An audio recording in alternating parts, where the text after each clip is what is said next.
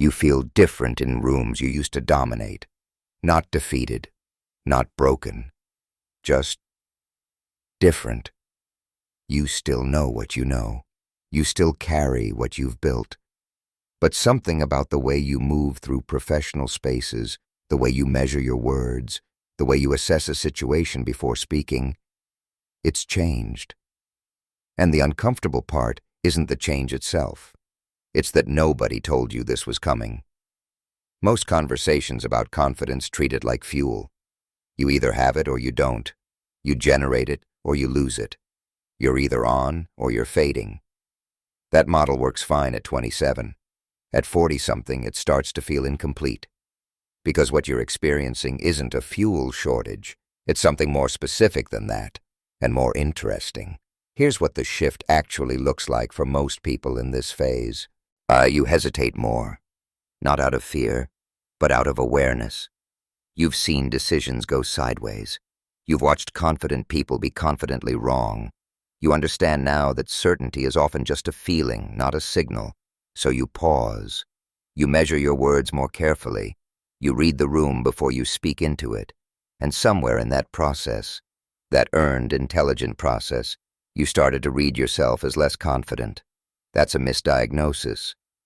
What most people don't realize is that after 40, the neurological and social architecture of confidence changes, not weakens, changes. You become more risk-aware. Stakes feel heavier because they are heavier. You're not operating with a decade of theoretical losses anymore. You have real ones, real recoveries, real consequences that landed on real people who depended on you. That weight doesn't make you less capable. It makes your judgment slower and more accurate. But nobody prepared you for the gap period. The gap between outgrowing performative confidence and building something more durable in its place. That gap is where most people quietly stall, and that's where you might be right now. There's a version of confidence available to you at this stage that was genuinely not possible at 30. We'll come back to that. But first, let's name what you actually outgrew. Performative confidence is energy-based. It's presence through volume, speed, certainty, signaling, the kind of authority that operates through momentum. It works, for a time, but it has an expiration date, not because it weakens, but because you start seeing through it. In others first, then in yourself. You stopped performing certainty you didn't fully feel. That's not a loss. That's integrity. The problem is you stopped performing, but you didn't replace it with anything. You didn't have a framework for what comes next, because the culture doesn't offer one. The cultural story about confidence is almost entirely youth-oriented. Get bolder, move faster, take up more space. At 42, at 47, at 51. That story doesn't map anymore. Not because you're diminished, because you're operating from a different position entirely, from performer to authority. That transition isn't automatic. It requires a recalibration most people never consciously make. Here's what that recalibration looks like when it's working. Your experience doesn't just accumulate, it compresses.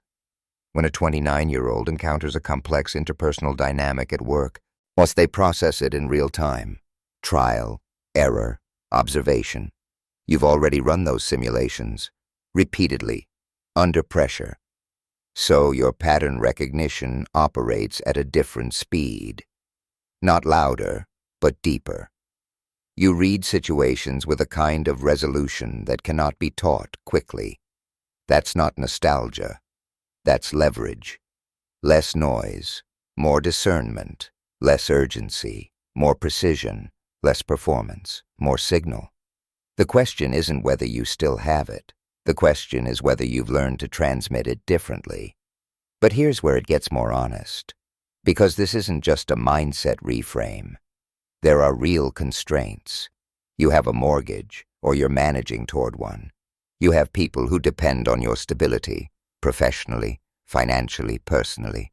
You carry a reputation that took years to build, and you're not willing to risk it on a reckless pivot. You're tired in ways that aren't dramatic, just steady. The kind of tired that comes from sustained responsibility over a long period of time. And your social capital, the relationships, the respect, the network, those aren't unlimited. You know that now in a way you didn't at 30. So any framework for rebuilding confidence has to operate inside those constraints, not around them, not, if only I didn't have these responsibilities, inside them. That's the difference between advice that sounds empowering and advice that's actually usable. Here's what quietly changes when you stop trying to recover your old confidence. You're not late. You're layered. Every role you've held, every mistake you absorbed, every moment you chose responsibility over impulse, at every conversation you navigated carefully because the stakes were real. Those aren't detours from your development. They are your development. The problem was never your experience. It was the framework you were using to evaluate it. Confidence after 40 isn't built on energy. It's built on 4 things. Self-trust, not the kind that comes from certainty, but the kind that comes from watching yourself handle hard things. You have evidence now. Use it. Selective engagement, knowing where your signal is strongest and operating there. Not everywhere. There. Signal control. How you communicate authority without volume. Through pace, through precision, through knowing when not to speak.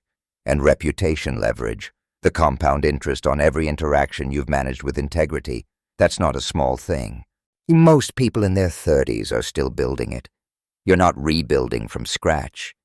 You're clarifying what you've already built. You feel different in rooms you used to dominate.